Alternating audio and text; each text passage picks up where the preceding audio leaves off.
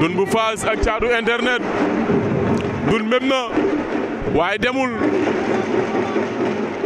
Dun méb na léegi waaye demul.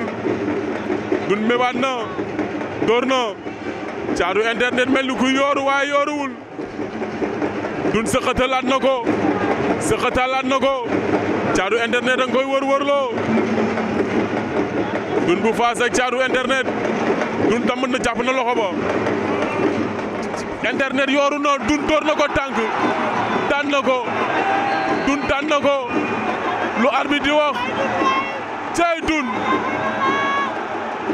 door na ko tànk daan na ko daan na ko Dun daan na ko jël bu amul benn werante waaye Dun waay da ko teq daa xew sama xel dem ci sey jàmbaar démb xoolal xale bi li mu indi Fass la dëgg Fass la waree Père Ibrahima Mbaye kontaan na.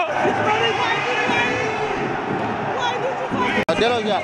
troisième combat ci saison bi. waaw. nga am ci ndaw. waaw. Fass yaakaar la nga nekk ndaw.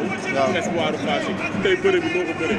waaw ginnaaw ma sant yàlla julli si lëndëm bi di sant sama yaay bu baax di ñaanal sama papa mu gënal ko fu mu nekk di ñaanal waa Fass di ñaanal Ibu Afia mii di waaj a bëre yàlla may ko ndam waaw di wax waa Fass ñu jégal ma waaw ñu baal ma àq bu baax ndax dama juumoon sama deuxième sortie waaw te juumaat tayef la moo tax tey dama waroon rectifier naa waaw di santaat yàlla bu baax nag baax.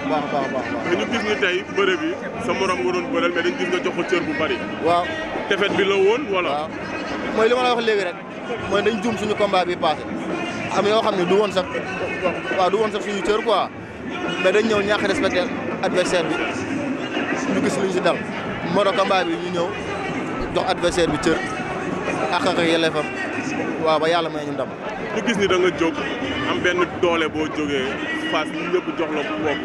booy yi di la topp tey jii nii saison bi naka nga ko dundee réellement.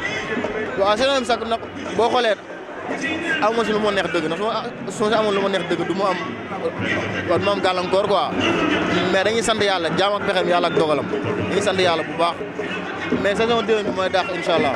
boobu moom dund ñan la teg bët. waaw xaw ma sax man pour tàngalaat te man defaguma dara si làmb.